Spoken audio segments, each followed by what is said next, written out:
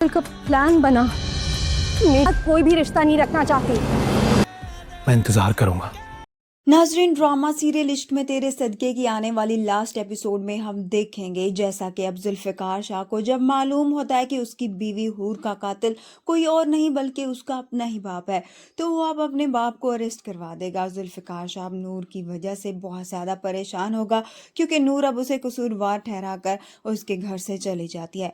इसलिए अब जुल्फिकार शाह नूर को जाकर सब कुछ बताएगा कि हूर का कातिल कोई और नहीं बल्कि उसका अपना ही बाप था जिसको उसने अरेस्ट भी करवा दिया है।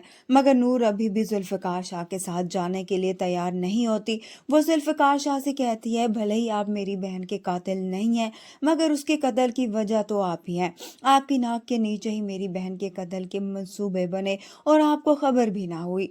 मेरी बहन को आपसे मोहब्बत करने की सज़ा मिली है और अब उसकी हिफाजत भी आप नहीं कर सके। वो जुल्फिकार शाह से कहती है कि मैं आपके साथ कभी भी उस घर में नहीं जाऊंगी, इसलिए दोबारा मुझे लेने के लिए मत आइएगा। जुल्फिकार शाह परेशान होकर आखिरकार वापस आ जाएगा।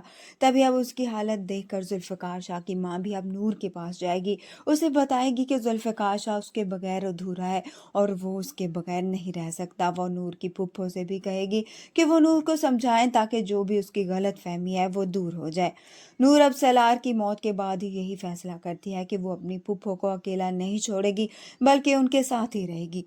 जुल्फिकार शाह बार बार ही नूर के पास जाएगा। वो नूर से कहेगा कि वो जितना वक्त लेना चाहती है ले ले मगर उसे छोड़ने की बात ना करे। जुल्फिकार शाह की हालत देखकर अब नूर की फूफो को भी समझ आ जाएगी कि जुल्फिकार शाह वाकई उससे मोहब्बत करता है।